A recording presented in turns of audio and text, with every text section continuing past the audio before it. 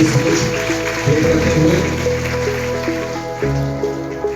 जनपद गाजीपुर का एक विशिष्ट पहचान माननीय मंत्री जी के आगे जिलाधिकारी महोदय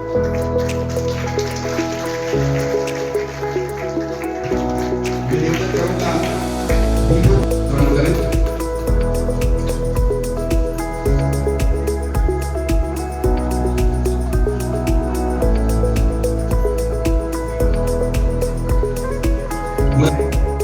उपयुक्त तरीके से सम्मानित करने का कष्ट करें।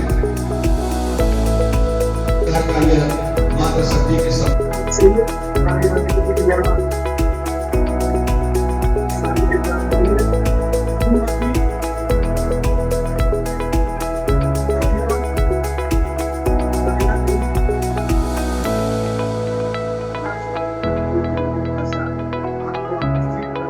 दिया जा रहा है।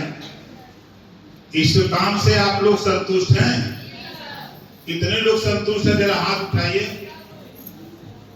सरकार के कामों से आधी आबादी महिलाओं की है। आधी आबादी कैसे खुशहाल रहे उसके विषय में कोई के सवाल पर हो, चाहे सुरक्षा के सवाल पे हो, हर क्षेत्र में हमेशा चिंतन मंथन दोनों हमारे प्रधानमंत्री जी और मुख्यमंत्री जी करते रहते हैं। जैसा कि आप लोगों को विदित है, ऐसा तत्काल आप लोग दे लो। वो लोगों ने कहा कि इससे पहले क्यों नहीं दिया, उनके कागज थोड़ा देर मिला, इस नाते हम दे रहे हैं। तो हमारा मकसद कि आपकी बात को वहां तक पहुंचाना, आपके काम को कराना। सरकार की जो मंशा है प्रदेश को विकसित प्रदेश और आत्मनिर्भर प्रदेश, प्रधानमंत्री जी की मंशा कि हम लखपति दीदी बनाएंगे। अभी तो बहुत से लोग समझ ही नहीं पाते हैं कि लखपति दीदी का मकसद क्या होता है। जो लोग समझ गए हैं वो काम कर रहे हैं, जो नहीं समझे अभी नहीं काम कर रहे हैं। धीरे धीरे धीरे धीरे सब समझ जाएंगे और वो दिन आने वाला है, आप देखिएगा कि हर घर में काम होगा, हर हाथ को काम, हर खेत को पानी मिलेगा। ये सोच लेकर के देश के प्रधानमंत्री जी और सूबे के मुख्यमंत्री रात दिन मेहनत कर रहे हैं। आपने बहुत सी बातें, मुख्यमंत्री को स्वागत है। जो लोग नहीं जानते आज से नोट कर लो भैया।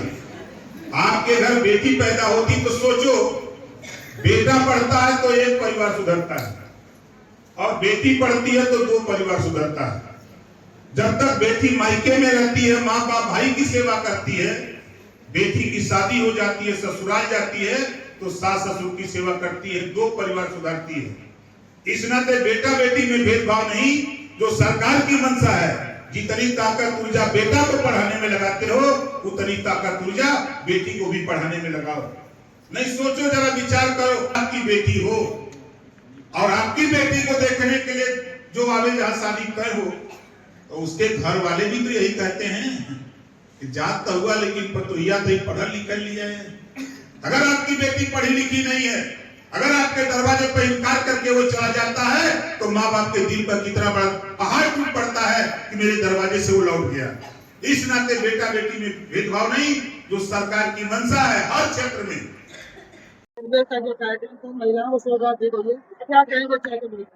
देखिए, माननीय मुख्यमंत्री जी द्वारा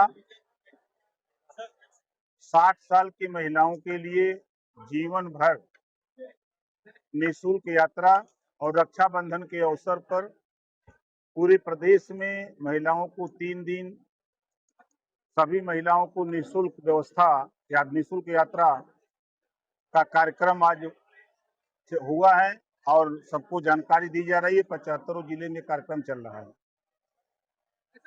कार्यक्रम करने से आम महिलाओं में क्या संदेश देना चाहते हैं? लोगों को संदेश की लोक माता अहिल्याबाई होलकर जी कौन थी, उनके नाम पर ये योजना चलाई जा रही है। तो एक तो इतिहास की भी जानकारी, और जैसे रक्षाबंधन के अवसर पर बेटी अपने मायके जाती है तो उसको खाली हाथ आने नहीं देते हैं। तो आज कार्यक्रम उसी तरह है कि जो लोग आए हैं सबको भी खाली हाथ नहीं जाना है। सबको जो है, जैसे बेटी अपने मायके से आती उसी तरह पूरे प्रदेश में यह कार्यक्रम चलाया जा रहा है कि उनको एक साड़ी, मीठा दिया जा रहा है और उनको बताया जा रहा है कि आपके लिए क्या क्या योजनाएं सरकार चला रही है। आपके उत्थान के लिए, आपके विकास के लिए, शिक्षा से लेके, स्वास्थ्य से लेके, रोजगार से लेके जो योजनाएं चलाई जा रही हैं उनकी जानकारी लोगों को दी जा रही है ताकि उसका लाभ भी ये लोग उठाएं। कांग्रेस जो है भाजपा पर ये आरोप लगा रही है कि जाति जनगणना को लेकर दिक्कत है। साथ ही मऊ के घटना में आपने बोला था कि ये राजनीतिक रणनीति दिखाई देगी सपा का। देखिए, समाजवादी पार्टी का जो कल्चर सरकार में जो सिखाया अखिलेश जी ने, जो सिखाया मुलायम सिंह जी ने, वो कल्चर उनसे जा नहीं रहा है। बहुत से लोगों को अपराधी बना दिया सरकार में, इस नाते वो बन गए कि थाने में मुकदमा नहीं लिखा जाता था, अपराध करते थे, बच जाते थे। तो आदत पड़ी हुई है।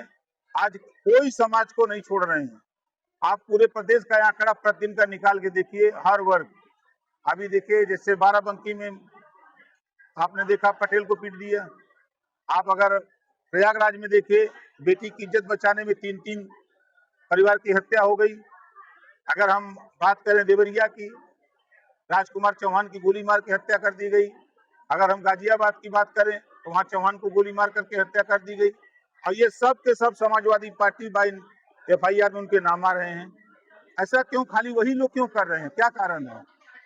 मंत्री जी सरकार के द्वारा जो है अब देखिए, वो खुद अपना बयान दे रहे हैं कि हमने नहीं खाया, निषाद समाज ने बनाया और निषाद समाज के द्वारा जो है कार्यक्रम आयोजित था।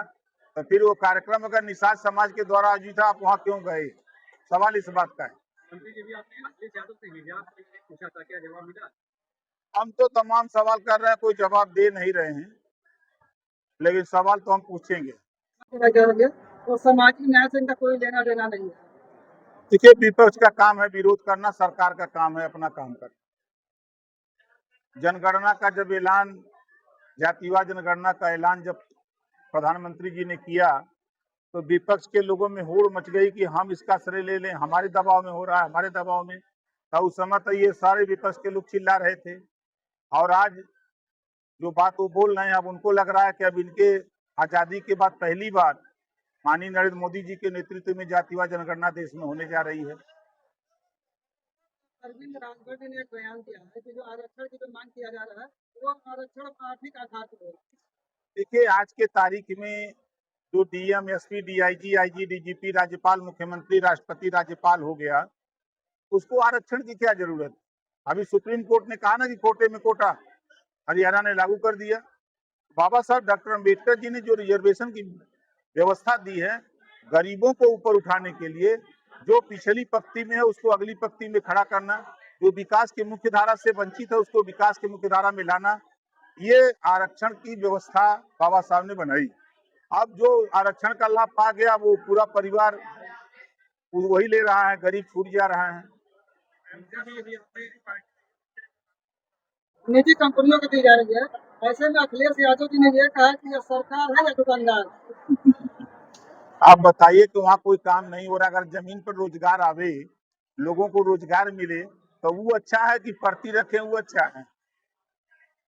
एक तरफ तो बोलते हैं कि सरकार रोजगार नहीं दे रही है, नौजवानों को काम नहीं दे रही है। दूसरी तरफ अगर कोई कंपनी आकर के उस पर काम करके नौजवानों को रोजगार दे रही है तो क्या बुरा हो रहा है? आज आपने ट्वीट किया है हाँ, अखिलेश यादव जी के लिए कि आप अपने चचा को जो गुंडई करने के लिए हरी झंडी देती है। उनके चचा ने जिस दिन से बोला है कि आजम खान जी को गृह मंत्री बनाएंगे, उसी दिन से उनके लोग जो है, जो चेला लोग उनके हैं, एकदम उपद्रव पर उतर गए। हम तो कहेंगे कि बच्चा से भी कहेंगे, चचा तो मान लीजिए गृह मंत्री बना रहे हैं और बच्चा जो है मुसलमान 4 बार वोट देकर के यादव को मुख्यमंत्री बनाया, इस बार बच्चा जो है मुसलमान को मुख्यमंत्री बनाने का ऐलान कर देते। समाजवादी पार्टी की सरकार नहीं बनेगी, ऐसे में समाजवादी पार्टी की जमीन तक क्या आपको नहीं दिखाई दे रही है? अच्छा, ये बताइए, हम गाजीपुर में है ना, 7 सीट कभी जीती थी समाजवादी पार्टी? 7 सीट कभी समाजवादी पार्टी जीती थी? नहीं जीती थी। हमारे बदौलत जीती थी, हमारे बदौलत हारेगी। आजमगढ़ की 10 सीट कभी जीती थी? हमारे बदौलत जीती थी, हारेगी। अम्बेडकर नगर 5 सीट हमारे बदौलत जीती है, हारेगी।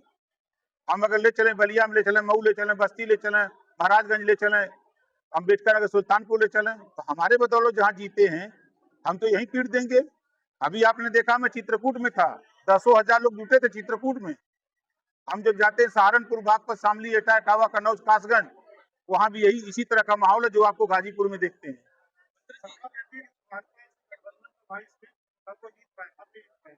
आप बताओ दूसरा वोट उनको कौन सा वोट मिलेगा? दूसरा वोट आप लोग समझदार हो, आप ही बता दो उनको दूसरा वोट कौन मिलेगा? कोई वोट है उनके पास?